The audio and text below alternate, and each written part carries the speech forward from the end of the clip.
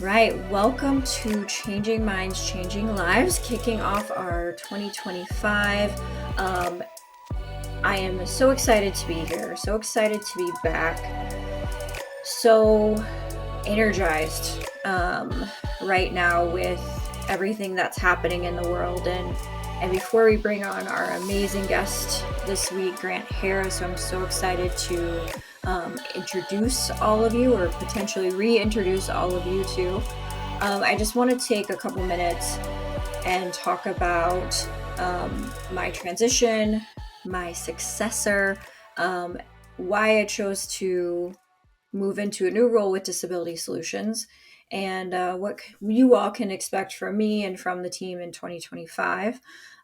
So I guess I hopped right in, didn't I? So welcome to Changing Minds, Changing Lives. My name is Julie Sowash. I am no longer the executive director of Disability Solutions, but as of January, I stepped into a new role with the team as founder and strategic advisor, which is really, really exciting for me. And as a part of that, really the best part probably is that, unlike so many other leaders, I had the opportunity to choose who takes this mission forward with Disability Solutions. And when Keith Meadows, my longtime number two, agreed to step into the role as the executive director, I could not have been more thrilled. Keith is so dedicated to the work. He's so dedicated to the team. Since I stepped into the executive director role almost 7 years ago now, I knew there was no one that could step into this role if I ever chose to go on to my next adventure other than Keith. So I want to thank him and thank the team for the incredible work that they've done to support me through my transition, and then kind of leaving my baby.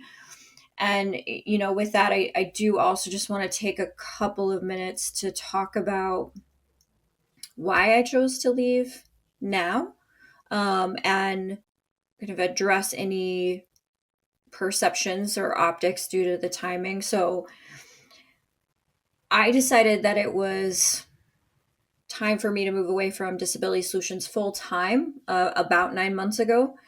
And really, the planning process started at that point.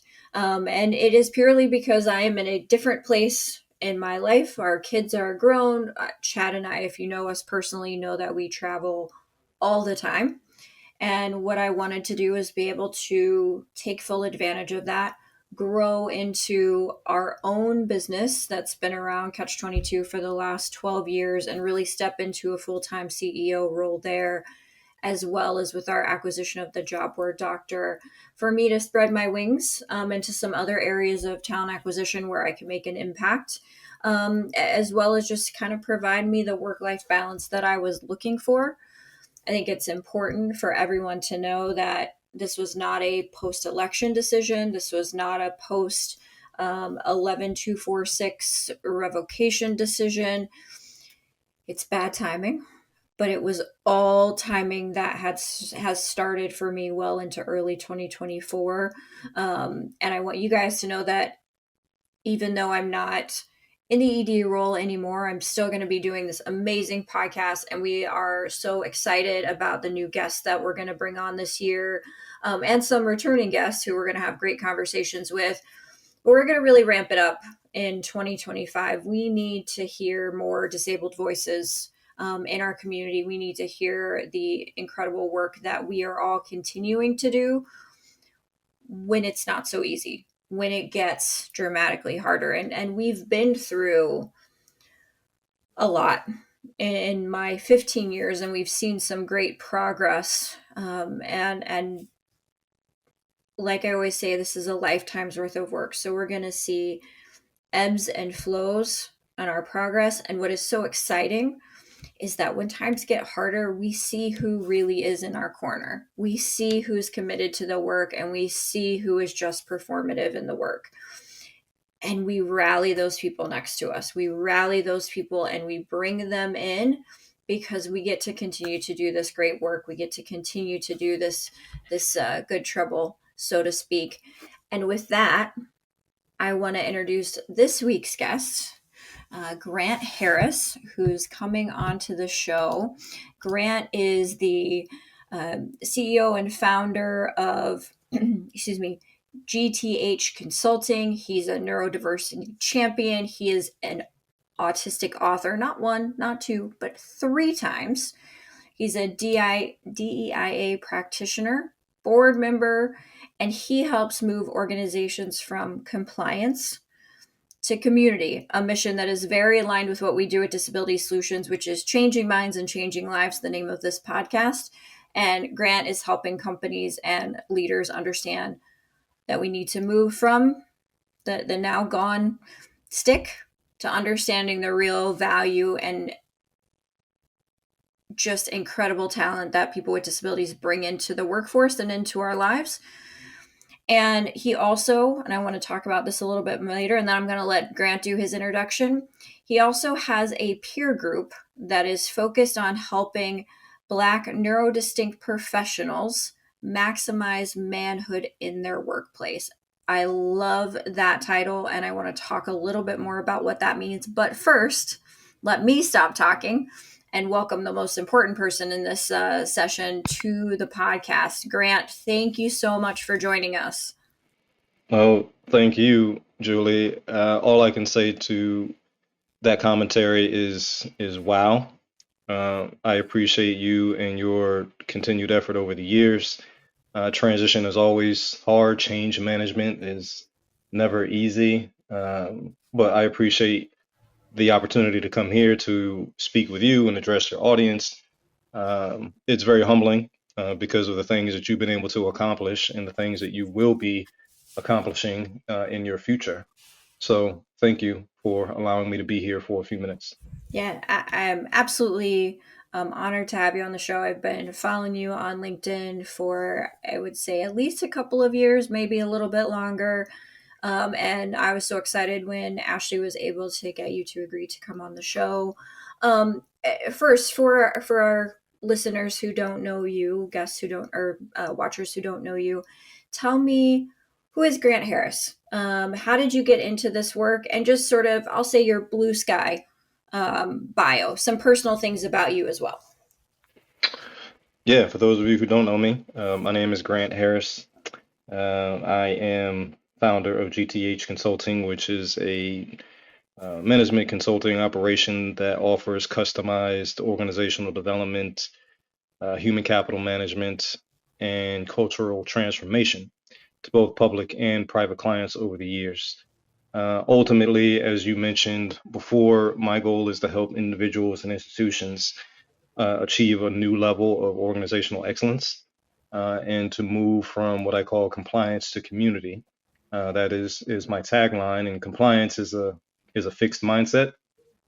Things happen because they've always been that way. The traditionalist way of thinking, the linear way of thinking and being and doing, and move to community, which is a set of behaviors. And those behaviors start with an internal realization and recognition of who you are and where you are as a leader and as an employee in the workplace.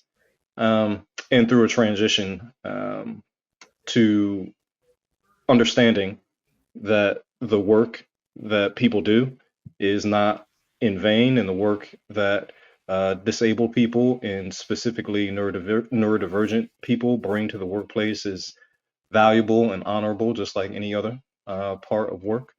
So I help people understand these concepts and break them down and give action steps and then support them through that journey because it is a journey and none of us are at the end of our journey. You are one place and I'm in another, but we're all on that path. So that's from the corporate level, but from a personal perspective, I happen to be a person with a disability. I was diagnosed autistic coming up on 3 years ago. And I have my wife to thank for that. You mentioned like who might be in my life that I could point to say, well, this person certainly had an effect on me. Obviously, my wife has an effect on me, but I probably wouldn't be aware of my autism if it hadn't been for her. And she sent me a listicle one day of 10 things about your spouse or your significant other that might be autistic, and I resonated with like 8 of them kind of right away. So I was like, wow, this might be me. And at that time, I had taught autistic kids as a special educator. I had been around neurodiversity, hadn't studied it, hadn't looked at myself as disabled or neurodistinct in any way, shape, or form. But thanks to that interaction, that spurred knowledge about myself, and understanding of who I am and where I am on my journey, and the work that I do. So that's a bit of the background. I'm the first and only person in my family to be diagnosed with a disability, and specifically with autism, that I'm aware of. So it's a bit isolating. My wife is ADHD. My oldest daughter has some executive functioning challenges. So it's not new within my household. My wife is long time medicated, and we can talk about the ins and outs and the differences of an autistic person being married to an ADHD person. Um, and it's a fun time. But yeah, that's a little bit about me in terms of from the corporate perspective, and also from the personal perspective. But very much looking forward to digging deeper on any of those topics. Yeah, that's amazing. Thank you for sharing that. And I didn't know that you were only diagnosed 3 years ago. So tell me how, and if I overstep any place, just tell me to go fly a kite. I'm not easily offended. How has that this 3 years of processing been for you in terms of, I would say, recognizing in yourself certain behaviors that are related to your autism, and how you um, found that information to be useful in how you function and move in the world. And I would be interested as a wife with ADHD and some other anxiety disabilities, about a little bit more about that interaction with your wife. I think my husband, who is not autistic, could probably use your notes anyway. Yeah. So at that point in time of my life, my I did not grow up with an understanding of disability. It wasn't a thing in my household. My parents didn't talk about it. None of us were visually disabled in any way, shape, or form. From that perspective, we were all able-bodied, but again, that's the external and what you can see. I had no idea about the internal. So I was late diagnosed, and as you know, and maybe most of your audience will know, in this country, in the US, most people are diagnosed with autism by the age of 6. And that was not the case for me. I was a grown man. I had a life of experiences and a life of masking, which I did not know that I was masking. And my wife and I were having communication struggles at the time, as a husband and wife do, but it was like deeper than just the surface level, deeper than just the daily grind. So we had to dig deeper and look at things. And my wife had an inclination, and like I said, she sent me the text. And at that point, I had a recognition. I have always been open to like going to the doctor and being healthy from that perspective. I never had a bias against learning more about myself from a medical perspective.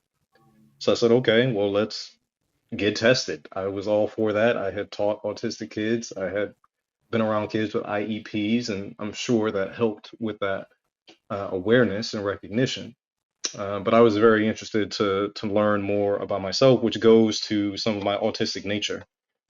I am a lifelong learner, and my brain, according to everything that everyone tells me anecdotally, and according to my medical diagnosis, my brain absorbs information faster than the average bear. So my brain is always computing, and I'm always thinking about my thinking, and it literally feels like a sponge. Teddy Roosevelt, great president. If you're not familiar, he was a hard charger, moving forward all the time. He literally said if he wasn't moving forward, if he wasn't accomplishing, he felt like he was going to die because his heart was just always like beating out of his chest. Just go, go, go, just doing something. And that's how my brain kind of operates. I'm always looking for the next bit of information. I taught myself how to speed read. I listen to videos. Playback speed is sped up because my brain listens faster than most people speak.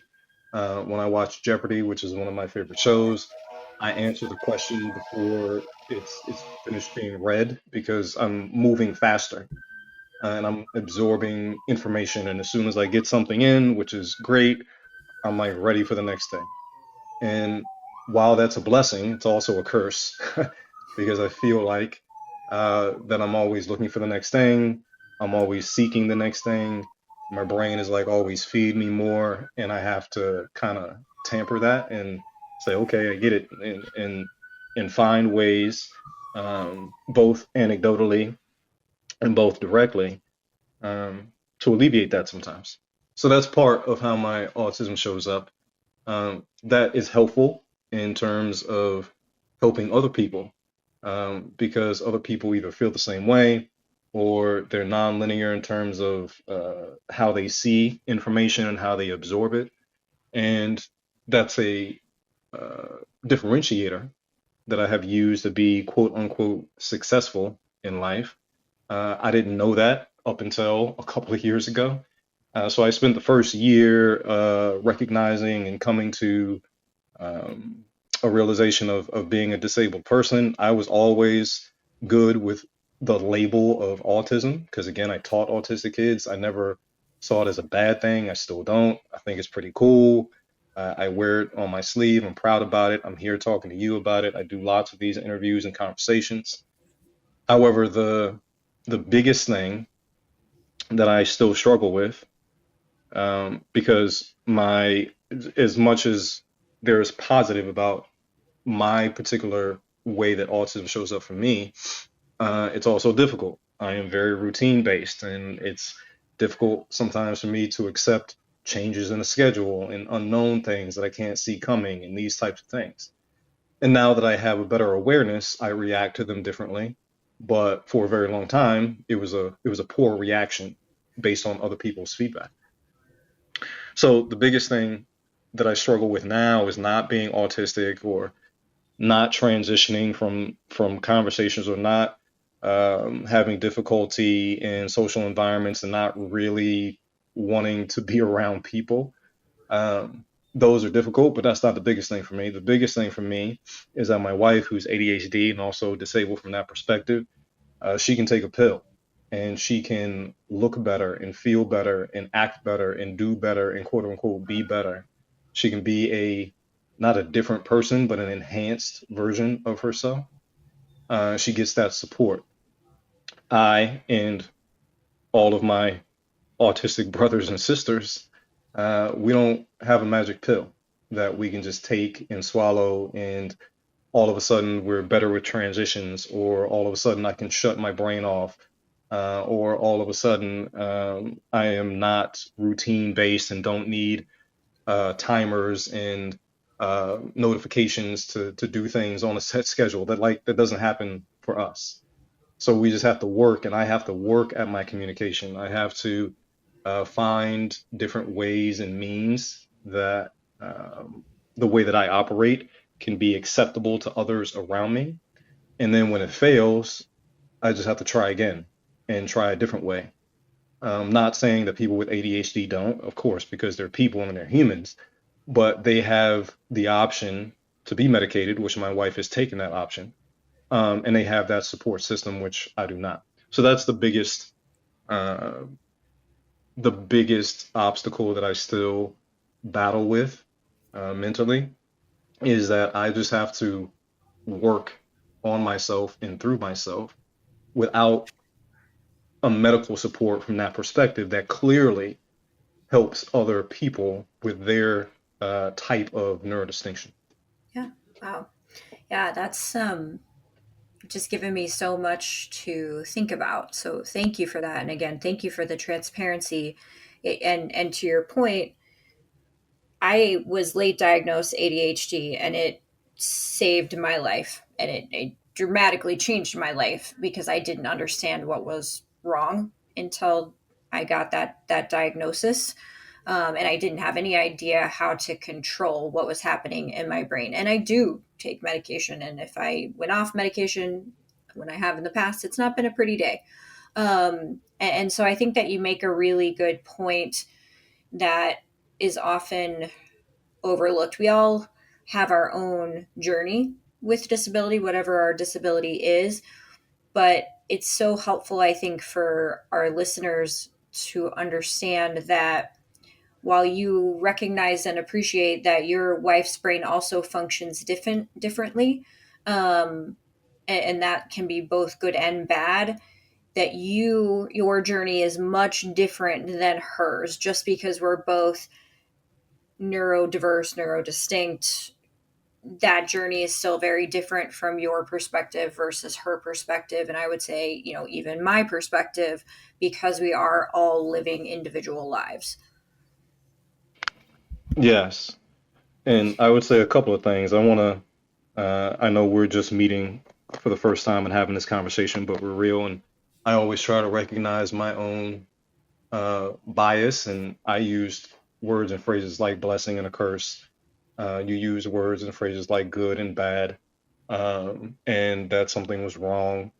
And we live it and we're here. And I have to catch myself because I spend my time, as you do, helping educate other people about the fact that it's not bad or wrong or it's not a curse. Yeah. It just is because, like I like to say, we are all distinct human beings and we all deserve to live a life full of distinction, which is why I identify as being neurodistinct versus neurodivergent. Um, but I have to hold myself to that same standard.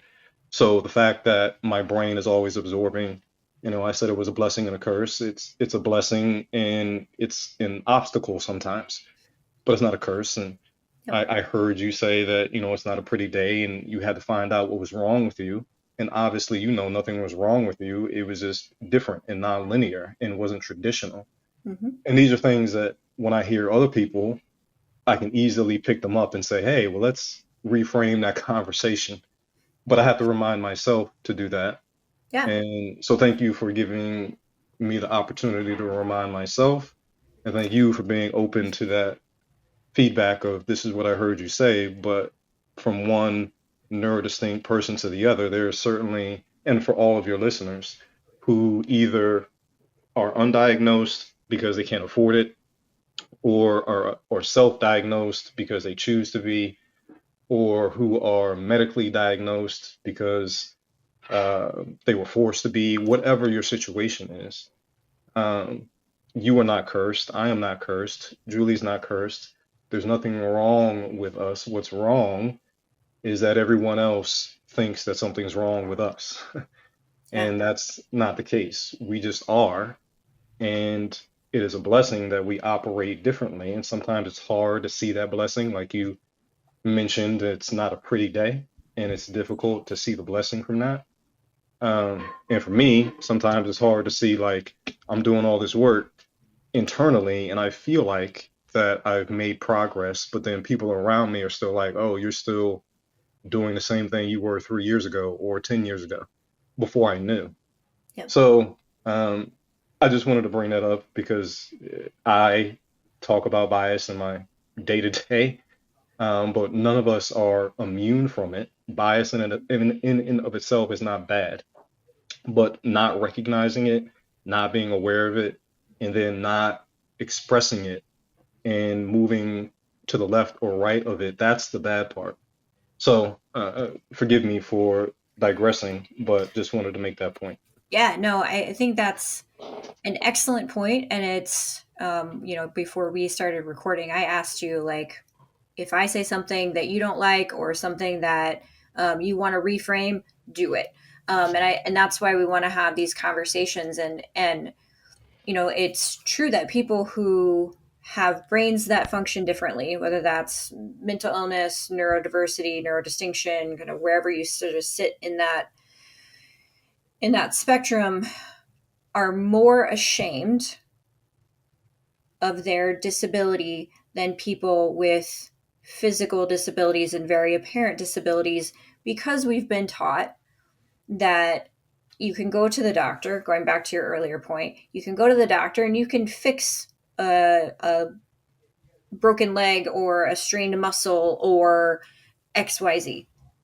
And we were Yes. taught as children, I know I'm a little bit more senior than you are, but we were taught, and especially growing up in a very religious house, that I needed to just sort of pull myself out of the gutter, ask Jesus to help me, and be Yes. better. And I was taught that there was something wrong with me.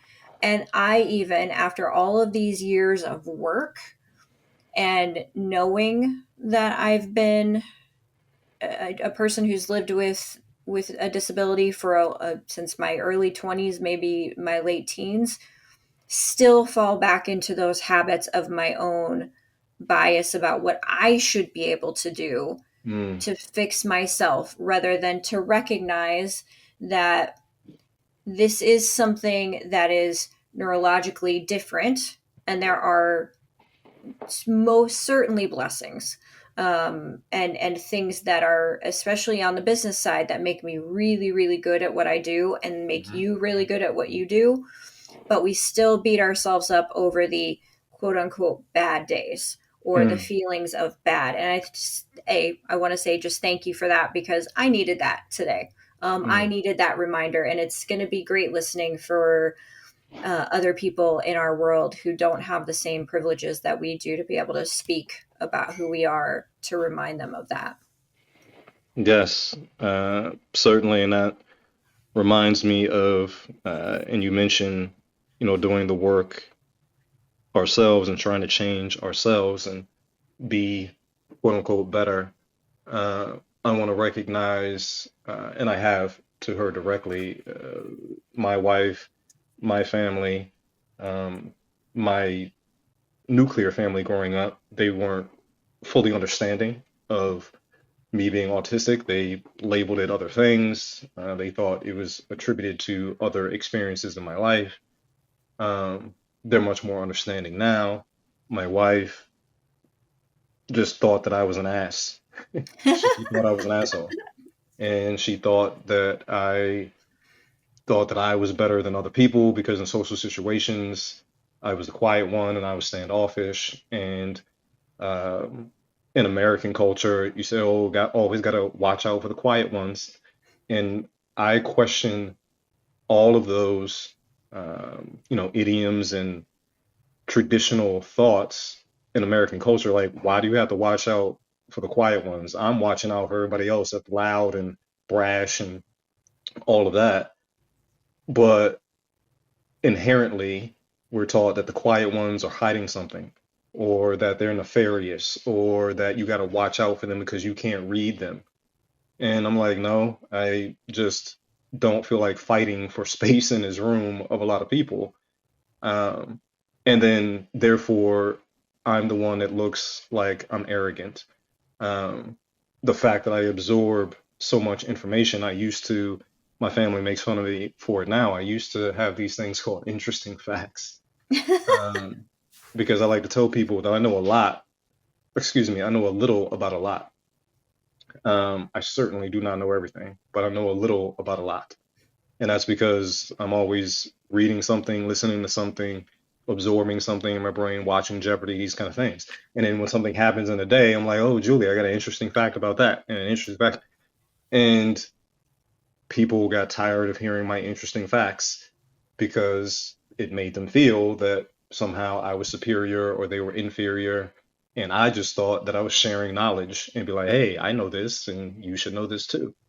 Yeah, it's an So these interesting are, fact. yeah, these are the quirks. And now that's a case in point of me adjusting because I'm grown and I see much more gray now. It used to be very black or white for me for most of my life. Marriage and three kids and all that will build gray in your life.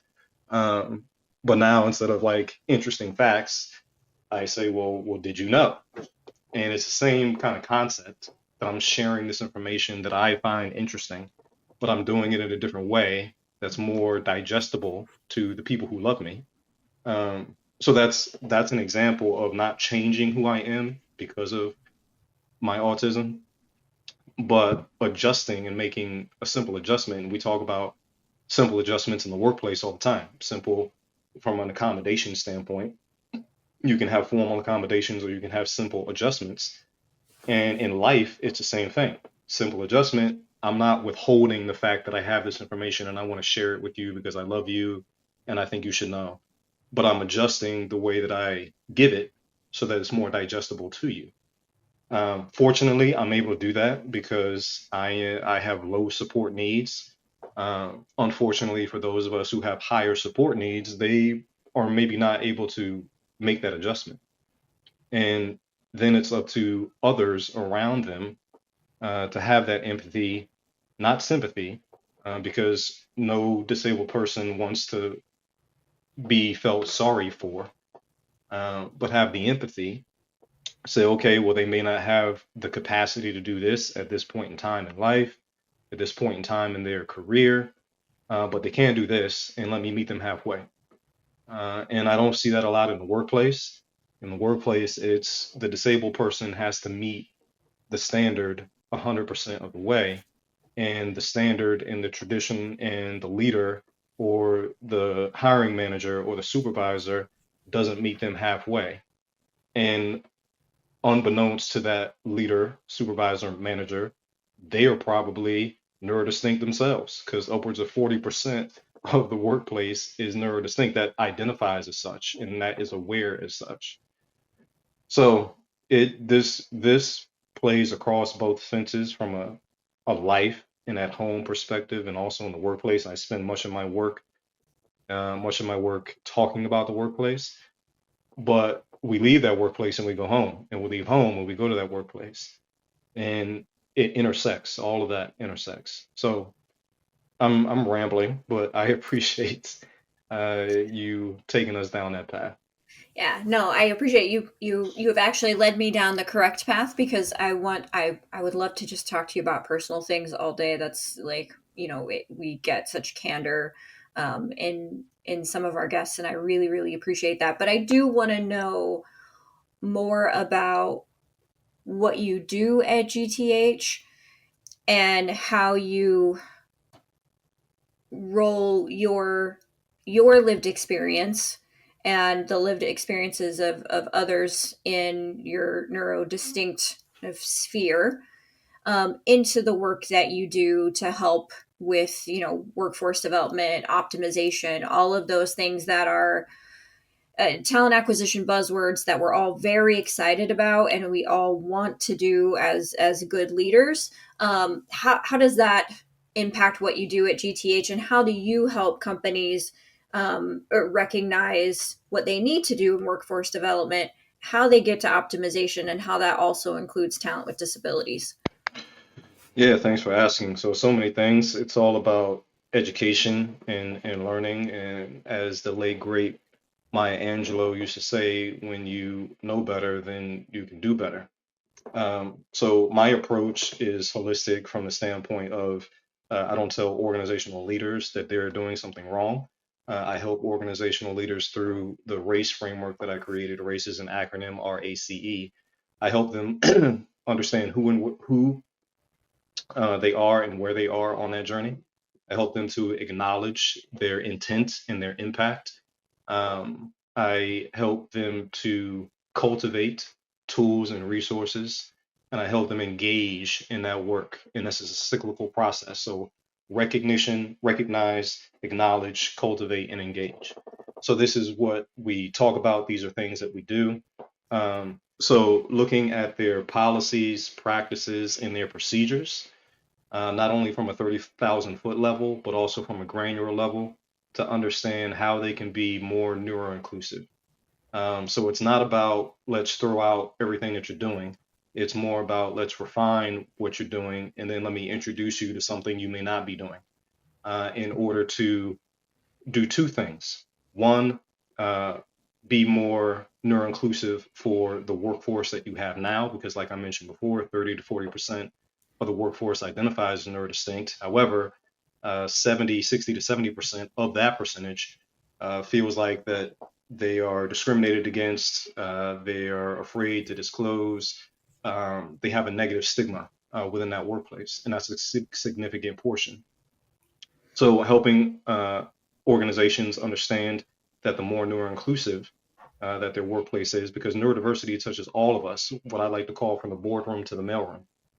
So there's a thought that because I'm not autistic as a person, I'm not autistic, dyslexic, and I don't have ADHD, that then therefore I don't need to care about neurodiversity because it's not me. One, there are dozens of different forms of neurodivergence, not just the most common three that we hear about.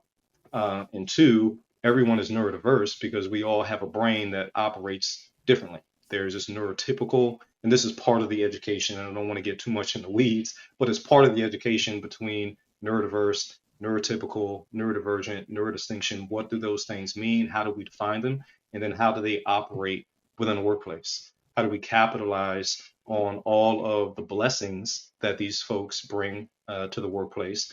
And then how do we minimize the challenges that we see in the workplace? I always work from two perspectives. One is a human capital, and the other is a financial capital. What's the human capital impact? What's the human capital intent and impact in these policies, practices, and procedures? And what's the financial impact? Because at the end of the day, my job is to help organizations make money, save money, and achieve their organizational goals. And that's where we get that organizational excellence. Excellence is going to look different from company A to company B. But what does that look like, and help define that from a human capital and a financial capital perspective? Yeah, So and I I, bring this structure to the organization, and ultimately help them understand the business value of neurodiversity in the workplace, from the boardroom to the mailroom. That means the CEO to the intern and everyone in between. yeah, and I want to just reiterate something you said that I think is so important as disability leaders and disability consultants. A lot of times we still are very reliant on charitable notions as well as compliance notions, and you used business language that is Mm, meaningful to the C suite: financial capital, human capital. And as our industry and our community continue to mature and become more sophisticated, what we need is that kind of conversation, that kind of language that integrates: how does this help the business? How does this work with the business in a context that business leaders are comfortable with and see the value in? And I think you just stated that so perfectly. And I want to just move on to one other thing I wanted to talk to you about that I think is so interesting. So you have a neurodivergent peer group, and it's called Maximizing Manhood as Black Neurodistinct Professionals. Tell me how that came to be, and tell me how important it is for Black men who are also have disabilities, in this case neurodiversity, neurodistinction, um, to have each other and to have that resource group to support them as they are on their professional journey. Thank you for asking. So the roundabout story of how I came to this platform. So my wife runs an in-home daycare, and we have lots of toddlers running around all the time, so it's always loud. Actually, one of the moms knew that I was in this work, and she suggested to my wife and said, "Hey, Grant might be interested in this platform called Forum," and I had never heard of it before. So my introduction to Forum, which is the platform that I use to host this group, was actually from one of the moms in my wife's business. So that's how life works. So after being introduced to the platform, having several conversations with their team, understanding more about who they are and what they do, I thought it was an opportunity to expand my reach and to hold myself true to building community. So it's a small but mighty community of Black men, and the reason that I focus on Black men is twofold. One, I could say I could focus on all neurodivergent people, but that's basically everybody in some way, shape, or form, and that's not specific enough. So, what are the qualities that I am aware of? What's my lived experience? What's the professional experience that I could bring? And then, so I could build a community where people feel psychologically safe to talk about what they want to talk about, how they want to talk about it, when they want to talk about it. And then it will not be just um, you won't be patronized and say, "Oh, I'm so sorry that's happening to you." You'll be like, "Yeah, I went through that yesterday, and that's how I dealt with it. So maybe we could work on this together." So that's how it came about. It's a small but mighty group. There are folks from pinpointing all over the globe, from islands to large countries to small cities. And it's just getting started. And I have no idea where it's going to go, where it's going to be. But it is about maximizing manhood because being a black man, I identify as a black cisgender heterosexual man in America. Um, is difficult. Always has been, always will be. It's not as hard as maybe it was in Reconstruction era and Jim Crow era, but the difficulties are different now. They just have morphed. So on top of that, add on having disability, a non-apparent disability, and having all the stigma of black men are aggressive. Black men, most of them can't speak the King's English properly. And if they do, then they're an exception. And if you get a black man that's doing what he quote unquote should be doing, then he's exceptional versus that's just a standard anyway. So then you add in the fact of my sometimes lack of eye contact, or the fact that in extended conversations I prefer to be off camera because that energizes me, and being on camera saps my energy. But you can't see my face, so then therefore you're uncomfortable, and I have to acquiesce to your comfort level instead of meeting me halfway, kind of deal. So when you throw all of these things together in the corporate space and then trying to climb the ladder, I've never been promoted. I don't blame never being promoted on being autistic or being black. It's not an excuse. But there are many black men who either have not been promoted at all or they have skyrocketed through promotion. And like, well, where's the delta? Why are these folks not getting that at all? And then why are you getting skyrocketed from like day one and you go exactly to the top? Where's the difference in that? And then the folks that are left at the bottom, how are they handling that and how are they moving? And the folks that skyrocketed to the top, were they really ready for that?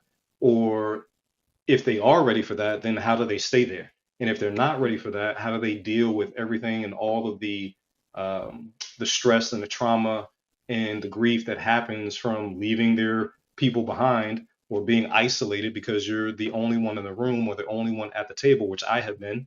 I've either been the only person of color in the room, the youngest in the room, the only that's out and loud and proud about being neurodistinct in any way, shape, or form, sometimes all three at the same time. That's extremely isolating. So having a community that they can regularly come to, regularly meet with, get tools and resources and access to things that they may not have had before from someone that looks like them, sounds like them, has had any similar experiences they have, although that is a minute population, I think is very powerful. Amazing. I don't need to add anything to that because it was just so beautifully stated. So this has been a fantastic conversation, Grant. I thank you so much for coming on. We always wrap up with two questions. The first, and I think I know the answer to this one, but I'll give you the space to do it. Who is someone in your life that helped change your life related to your diagnosis as autistic? Yeah, I think you might know that's an easy one. That's my wife. I really don't know. I really don't know if I would be diagnosed. I really don't know if I would be aware of my autism. I really don't know if I would have the opportunity to use all of the traits that are innate to me, if it hadn't been for that negative time in life, but the positivity of my wife saying, "Hey, this might be you, this might be us. Let's take a look at it." Obviously, there are other people, but I probably would not be here having this conversation with you if it were not for my wife. Amazing partners change our lives. So what about for changing the mind of a business leader about the talent, let's say that a black neurodistinct person brings to the table? Yeah, so I'm not in the business, Julie, of convincing or changing minds. If someone has been told for their entire life from everyone that they care about, their parents, their uncle, their grandfather, their best friend, that the sky is purple, there's nothing that I can do coming to meet them day one to change their mind that the sky is blue. So that's not my goal. Convincing and changing minds is not my goal, and I know that's the the It's title of mine. yeah. So what I prefer to do is, because it's very difficult to do that from how I look versus how you look in the spaces and places that I run in. So if I can get people to the point where they think themselves on their own that the sky might be any other color other than purple, because they are aware that there are other colors. They're just convinced that the sky is purple, but they know there's red, there's blue, they know there's other colors. So if I can get them to the point to think that the sky might be a different color, then that's where my work begins. Not to say, okay, well, yeah, yesterday you thought it was purple, and today you know that it's blue just because I say so. That's not going to happen. That's not happened in my career.